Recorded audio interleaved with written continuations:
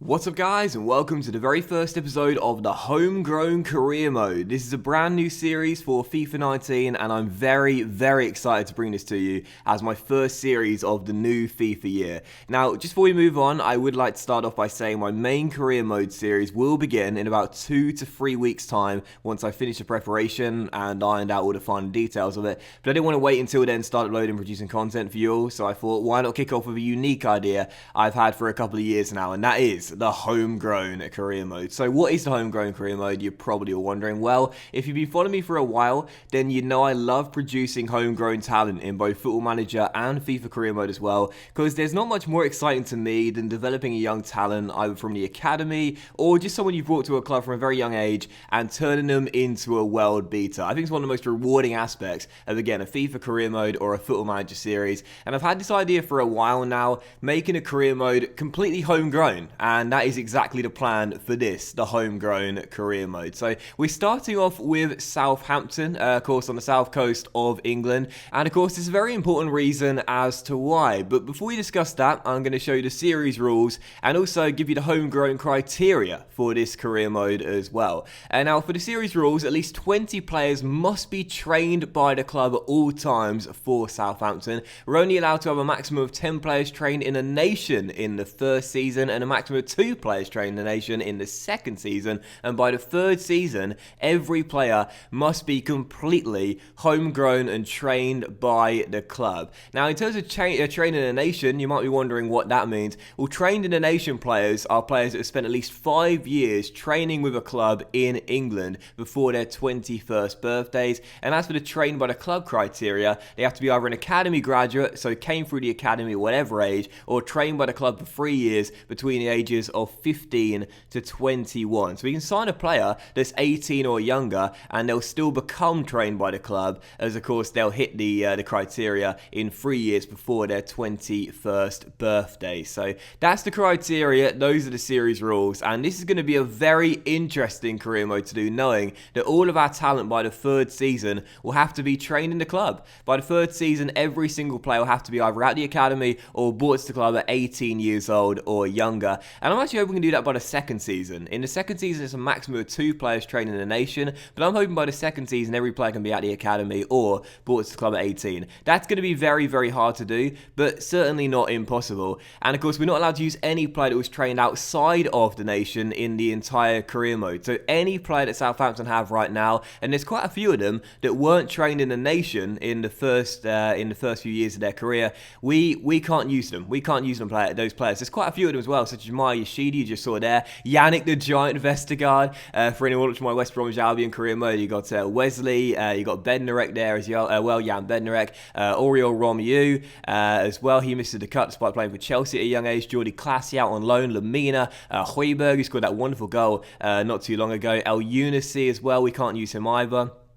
And yeah, there's a few players regardless we can't use, and of course they'll have to be sold or loaned out in the first season, or if we can't do that, release them, or simply put, just sit in our reserves and they won't be eligible to play a game. So you can see the way Southampton line up in the 4-4-2. This is their default lineup as we started the game. There's quite a few players here that we won't be able to use, and therefore we'll have to use those academy graduates right from the get-go. So who are the current homegrown players there? Well, for the players that are training in the nation, you've got Alex McCarthy, Ryan Bertrand, Nathan Redmond, Danny Ings, Charlie Austin, Stephen Davis, Angus Gunn, Fraser Forster and Jack Rose. So all 4 goalkeepers are trained in the nation. But as for the trained by the club, right now as you can see we've got 16 out of the 20 players required trained by the club, and those are as follows. We've got James Ward-Prowse, who is the best out of this batch by quite some distance, Jan Valery, Jack Stevens, Sam Gallagher, Matt Targett, Michael Obafemi, Callum Slattery, Ben Rothorn, Tyreek Johnson, Dan and Lulu, Harrison Reed, Sam McQueen, Josh Sims, Jake Hesketh, Jake Flanagan,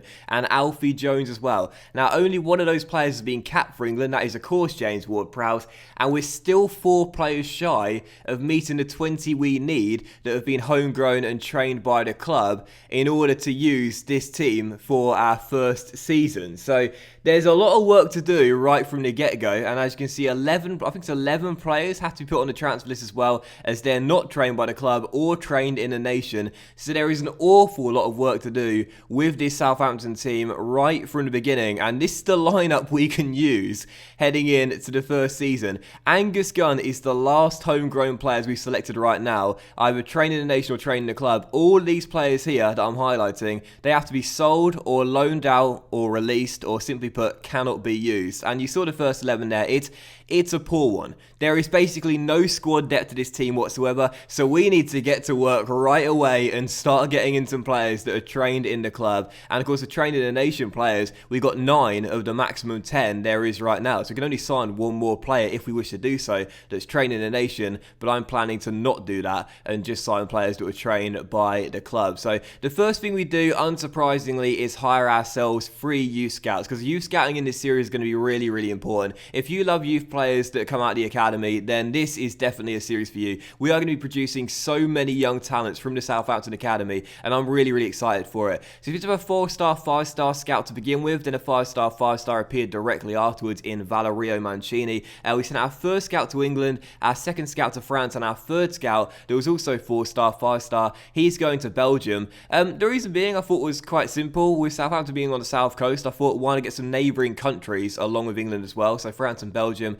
just off the coast of England. I thought we'll do England and those 2 countries to begin with as well. But of course, we'll branch out as the series goes on and go further afield. And we also got straight to work in selling the players that aren't homegrown at this club either trained in the nation or trained in the club. We did reject a bid here for Ryan Bertrand from Manchester United though, because the players that are trained in the club or the nation are going to be like gold dust in the first season. But Højbjerg was our first sale of the season. He went to Newcastle United for £12.75 million. He of course scored that screamer against Brighton not too long ago, but sadly we can't use him, so he is off. And to get £12.75 million for him, we'll definitely take that, because we can reinvest that money into bringing back former Southampton either academy graduates or players that were signed to the club at a very young age, and then bring these guys back to the club. And there's quite a few of them, and this is the reason we're doing Southampton in this homegrown career as well, because you know they're quite a noteworthy club for bringing through and producing really good young talent, and there's quite a few noteworthy eligible players to sign as well, and none bigger than Gareth Bale, of course, who came through the Southampton Academy, went to Spurs, and now is of course at Real Madrid. He's going to be the star. He's the one we want to bring back to St Mary's. It's going to take a while, of course. I'm targeting season 3 or season 4, but Bale is the star. And there's other big names as well, such as Oxlade-Chamberlain, Theo Walcott. They both left to Arsenal. Chamberlain now, of course, at Liverpool, Walcott at Everton. Lallana at Liverpool, Luke Shaw, Manchester United now. Morgan Schneiderlin, who came to the club quite young, then of course moved on to Manchester United, now at Everton. And then you've got Callum Chambers, Nathan Dyer, Andrew Sermon, and a decent young talent in Jason McCarthy as well. All of these players right here are eligible to be brought back to St Mary's, as they either came through the Southampton Academy or were brought to the club, in Schneiderlin's case, at a very young age, and were trained at the club for 3 years between their 18th and 21st birthdays. So there's a really good list there of good Southampton Academy graduates, and of course none bigger than Gareth Bale. He's the guy we're going to be after. Bale is the one we really want to return to St Mary's, where it all began, and bring the Welsh wing wizard back to St Mary's, see if he's still got all that magic he had when he was first produced. And of course he has, because he's at Real Madrid right now, banging him in for fun. So yeah, Bale's going to be the headline guy we're going after. I don't expect us to get Bale for about 3 or 4 years, but again, this is the reason we're doing Southampton, because they're known for producing really good young talent. They're known for having a really great academy setup.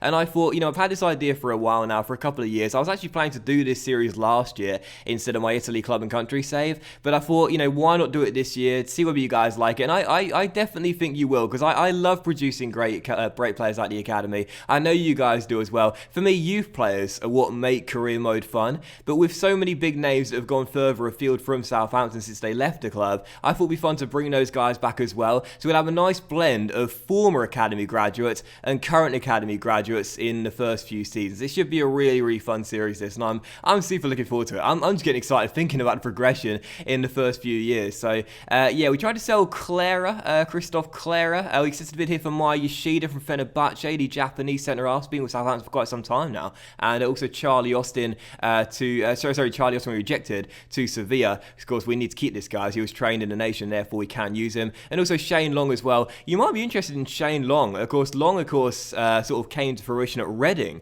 the Medeski Stadium, quite a few years ago now, because he came over from Ireland and he's not trained in the combination with this criteria, I believe. So Long will have to go.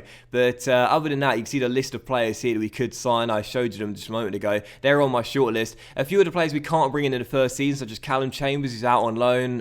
Theo Walker, who's considered to be just joined the club in the games. Well, Everton, so we can't sign him. But one player we can sign is Morgan Schneiderlin. He was the first guy I went after to try and bring back St Mary's. I offered Everton a swap deal of Lamina, plus I think it was £1.2 million for Schneiderlin as well, and they accepted that bid. Sorry, 1.6 million, and they accepted that bid.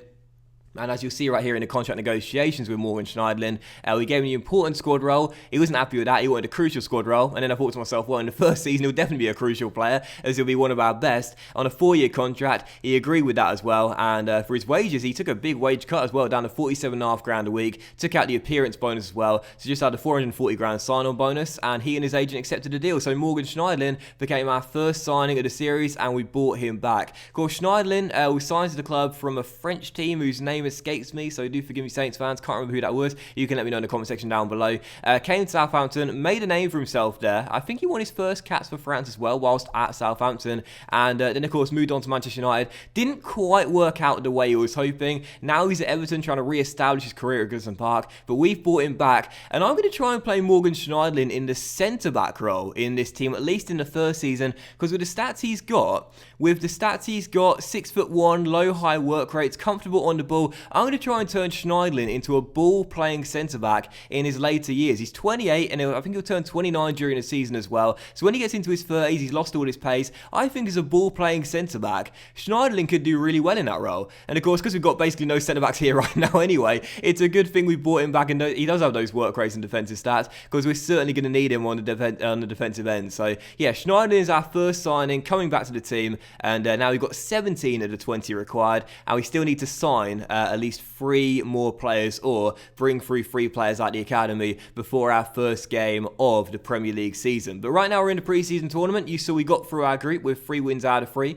and we beat RB Leipzig in the semi-finals to get through to the pre-season tournament final, where we'll take on Frankfurt, who we faced in the group stages as well. And you can see right here we were selling some more players, and had a bid here for Manolo Gabbiadini from RB Leipzig, funnily enough, of £10.8 million, and we negotiated here with the German side. Tried to get a bit more money for him, because every penny's going to count with Southampton in the first season. They start with a budget of just under £40 million.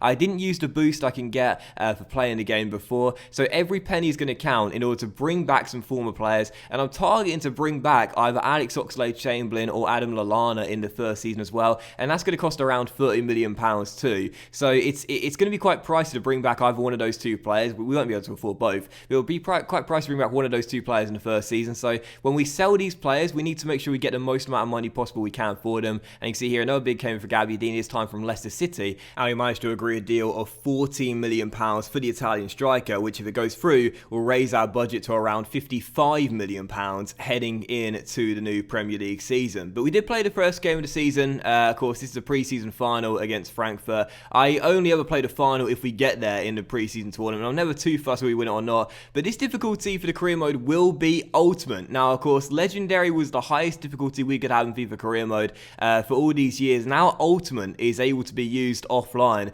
and I'm very excited to try it out. I've played about 10 games on ultimate difficulty before this one, just to get myself familiarised with the game over the weekend. And the one problem I've found with ultimate difficulty is creating chances and scoring goals. However, the first chance for us actually resulted in the goal 19 minutes in, where Harrison Reed whipped in across the centre, and Stephen Davis, the Southampton captain, just fitting really, gave us the opening goal of the game and fired us in front 90 minutes in with a lovely cushion header into the back of the net. So 1-0 to the Saints, 19 minutes into the final against the German side, and the captain leading by example, giving us the goal and putting us in front with a lovely header. And what a ball it was by Reed as well, to pick him out unmarked in the middle of 2 white shirts there, and a great header into the back of the net. So the skipper gets us up and underway and makes it 1-0, and that was it for a very uneventful first start. Really the only proper chance created, resulting in a goal. goal. But in the second half, Frankfurt really turned it on and started to show me why ultimate difficulty is going to be quite difficult indeed. First off, a pretty comical miss here from just outside the area after McCarthy got hit in the face charging down a long ball as it was still 1-0. Then another chance fell to Frankfurt, 10 minutes to go. Kalou playing a ball inside to Da Costa, who fired this shot just wide of the post and behind for a goal kick. And their final opportunity fell in stoppage time. One final chance, final touch of the game. Haller's header going wide of the post and behind, and that was how the game finished. So 1-0 to Southampton. The pre-season final ends in success for the Saints as we win our first game on ultimate difficulty in the career mode. But as you'll see by the stats in just a moment's time, this game sort of epitomised exactly what I was finding in the sort of kickoff games I was playing off camera, just to familiarise myself with the ultimate difficulty over the weekend.